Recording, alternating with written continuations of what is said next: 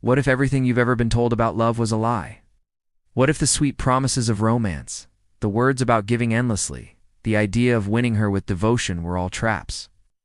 What if the very thing you thought would make her stay was the exact thing that made her leave? This is the question most men never ask until it's too late. They think love is a prize to earn, a battlefield where effort wins and kindness keeps. They kneel before the goddess of affection, thinking that if they offer enough, if they soften enough, if they love hard enough, she will stay.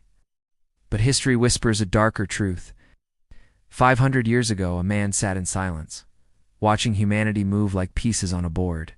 He was no poet of love, no preacher of romance, no dreamer of happy endings. He was Machiavelli.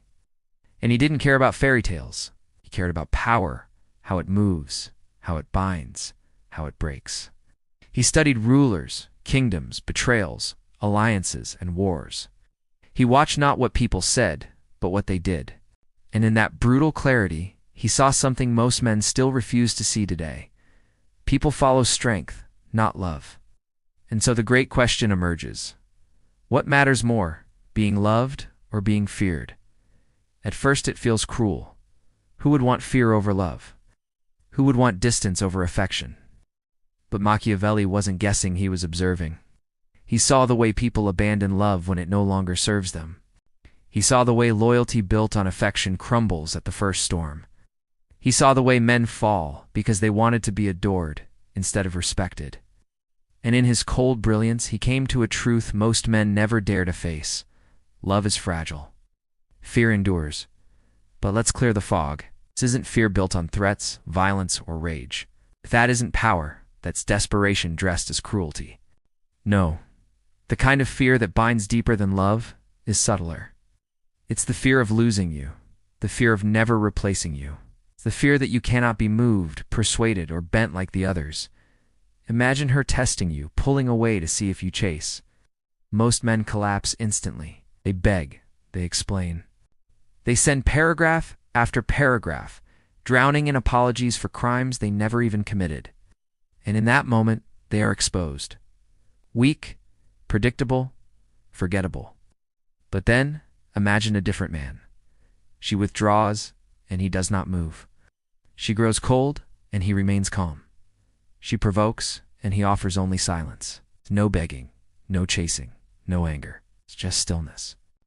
That is the kind of man Machiavelli would recognize. That is the man who doesn't cling to love like a starving beggar, as the man she cannot control.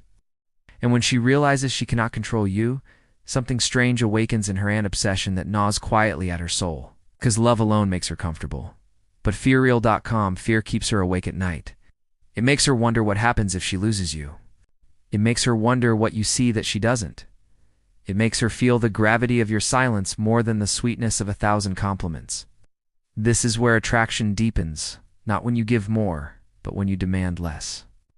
When she sees that your love isn't cheap, that your presence isn't guaranteed, that your respect must be earned.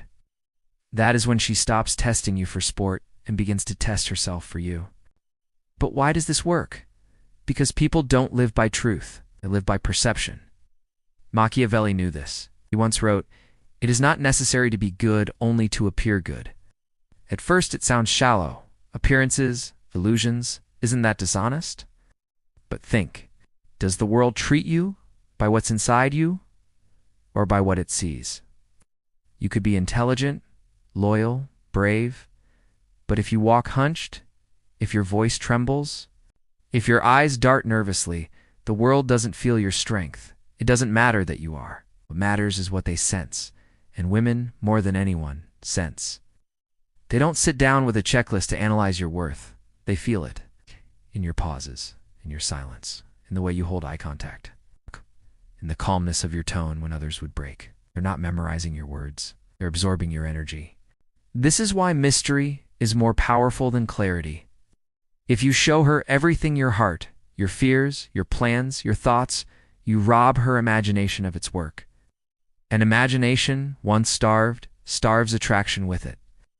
But if you reveal yourself in fragments, if you hold back just enough, if you remain calm when others overshare, she fills the gaps with her own mind. And what she imagines is always larger, darker, more magnetic than the truth. She thinks about you not because you gave her everything, but because you left her wondering what you haven't given. That's why Machiavelli taught rulers to be both lion and fox, because no single mask is enough. The lion commands respect, stands his ground, enforces his boundaries. But the fox watches in silence, waits in patience, slips through traps others fall into. Together they form a man who cannot be broken. Women, though they rarely admit it, test for both. They want to feel your strength when they push against your limits. They want to see your cunning when they throw chaos in your direction. A storm will come, not because she wants to destroy you, but because she needs to know. Will you remain when the ground shakes? Or will you beg for the storm to end? Most men fall here. They respond with pleading, with over-explaining, with a desperate attempt to calm her chaos.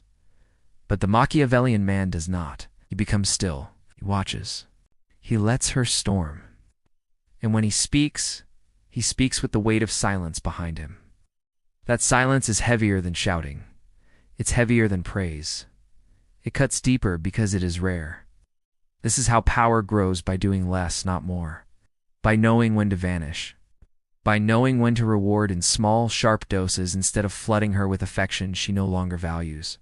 By knowing that absence creates weight, while presence too often creates forgetfulness. And then the great paradox sets in. The less you give, the more she craves. The calmer you remain, the more chaotic she becomes inside. The less you explain, the more she wonders. And in that wondering, in that silence, in that tension, her mind ties itself to you, without chains, without commands, without pleading. You don't force her to stay. She forces herself. Now ask yourself, how many men do you know who chase, who beg, who plead for love only to lose it?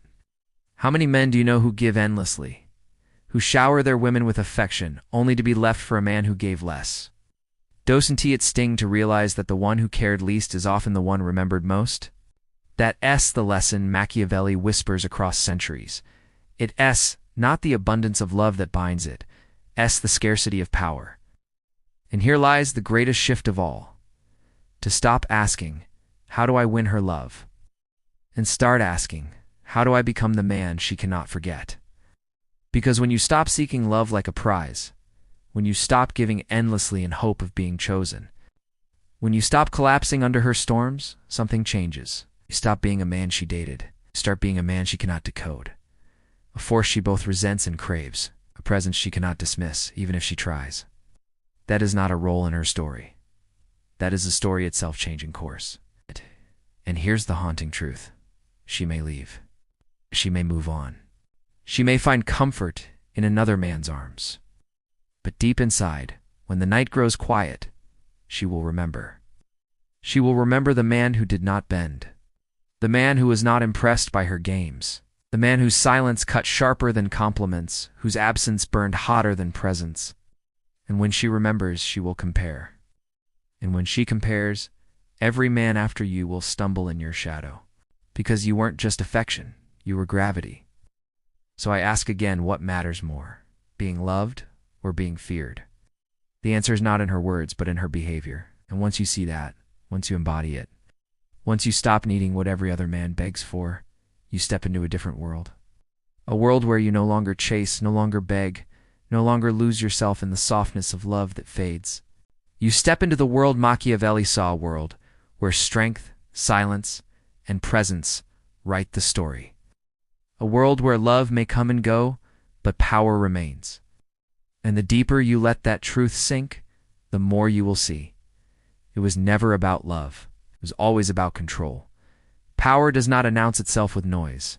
It doesn't scream, it doesn't beg, it doesn't explain. Power whispers. It shifts the ground beneath her, without warning, until she no longer knows where she stands. That is the true depth of Machiavelli's psychology, not the rules written in ink, but the invisible pressure points that make another human bend without realizing why. Most men, blinded by the need for affection, never learn this. They hand out rewards too quickly. They apologize too easily. They pour compliments like water, thinking the flood will grow something real. But Machiavelli understood what even kings forgot. What comes to Isley is never valued. He said it clearly. Injury should be inflicted all at once, rewards given slowly, piece by piece. Translate that into modern love and you see the secret of emotional control. When she crosses your line, you don't fight her with anger. You don't drown her in lectures. You don't beg her to understand. You make one clean move.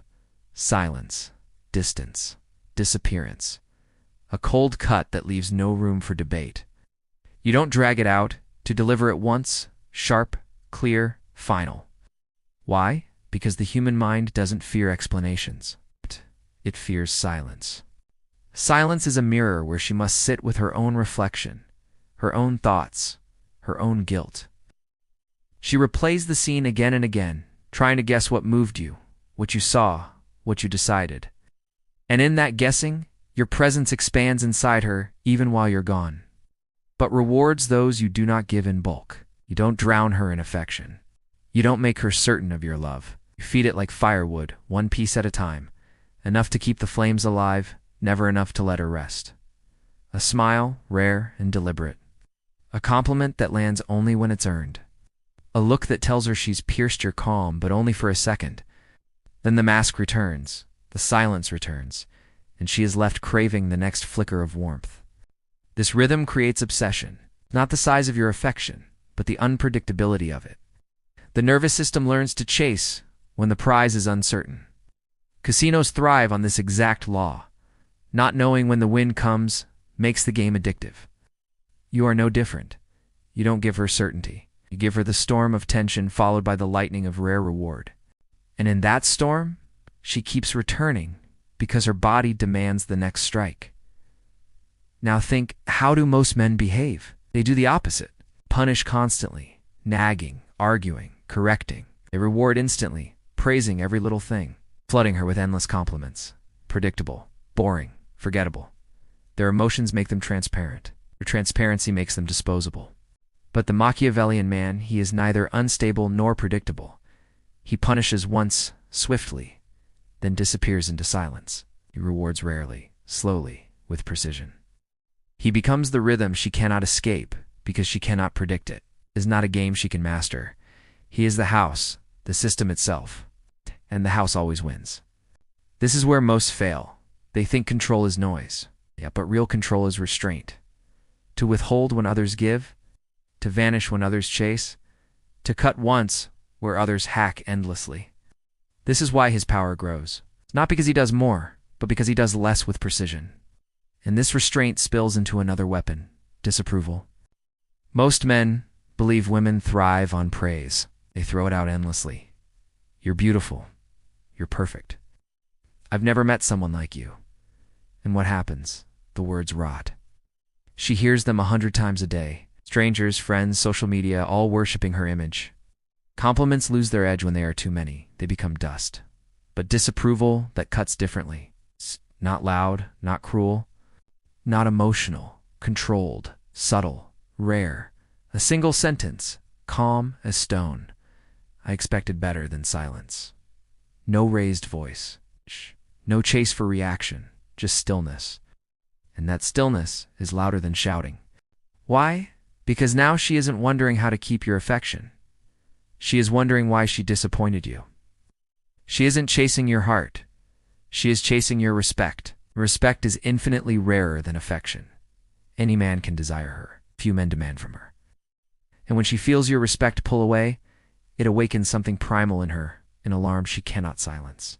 She replays the moment, just like the silence of punishment. She wonders, did I cross a line? Did he see something in me I didn't mean to show?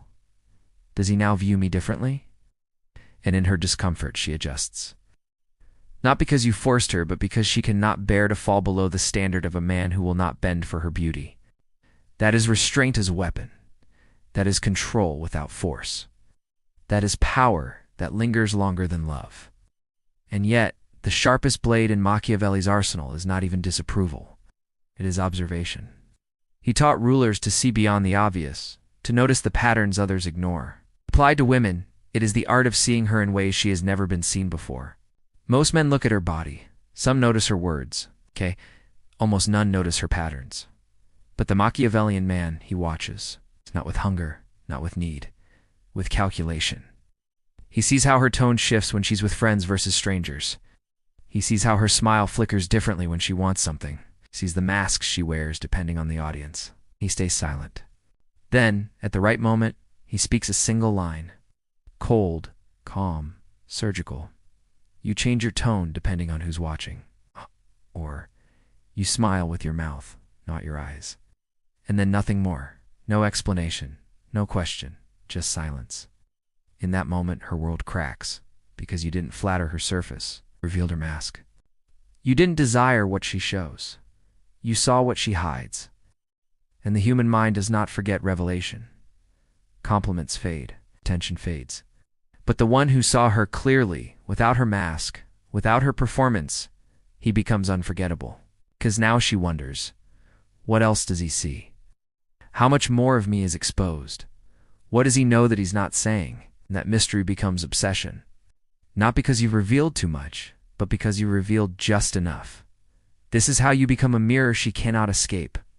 And when you pair that mirror with absence, the control deepens even more. Because the fastest way to lose value is to always be there.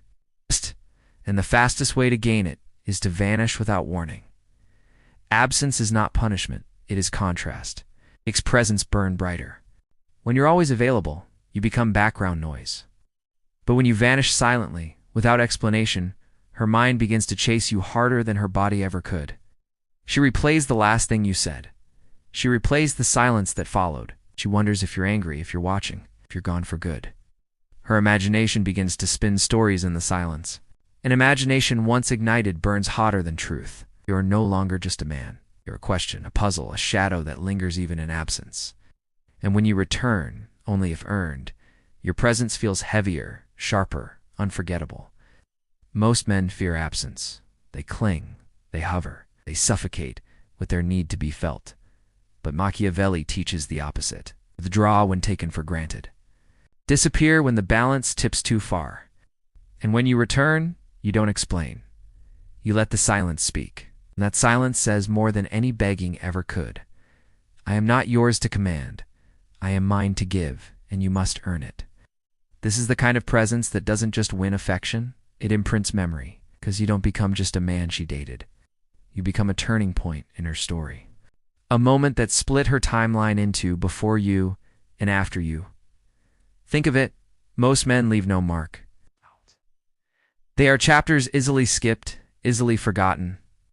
But the Machiavellian man, he doesn't become a chapter. He becomes the crack in the narrative. The revelation that reshaped her. The figure she may resent, may fear, may long for, but can never erase. You don't win her by being the nicest. You win her mind by being the man who forced her to see herself differently. The man who revealed her mask. It's the man who awakened her from her illusions. And once you are tied to her awakening, you are not just a memory, you are a symbol she cannot bury, because forgetting you would mean forgetting the part of herself you exposed. That is the final layer of Machiavelli's shadow, the control that doesn't fade even when you're gone. It's because it isn't tied to your presence. It is tied to her transformation. And that kind of control lasts forever. So ask yourself now, are you trying to be remembered for your love? Or are you trying to be remembered for your impact? Love is cheap. Affection is common. Attention is everywhere. But impact that is rare, that is permanent. That is the echo that keeps her awake at night long after you've left. Most men will never reach this place. They will live and die chasing smiles, drowning in compliments, begging for love they never understood. But you, if you've followed this far, you are no longer asking the same questions. You're not asking how to win her attention. You're asking how to become unforgettable. And once you step into that frame, the game is no longer about her. It's about you, about your presence, your silence, your standard, about becoming the man who doesn't just touch her heart for a season, but who shapes her story forever. So choose carefully. Do you want her love, or do you want her fear of losing you? One fades, the other endures. And when you master it, you will see why Machiavelli was not writing about kings at all. He was writing about men like you,